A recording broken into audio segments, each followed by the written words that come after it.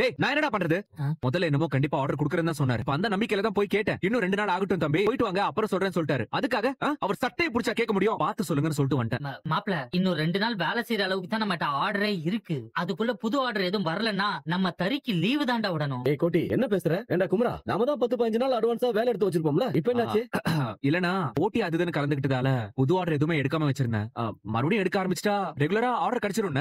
அதானே, உனக்கு எப்படி வேலை இல்லாம இருக்கும்? அண்ணே உட்காருங்கண்ணே, ஏன் நிக்கிறீங்க? உட்காருங்கண்ணா.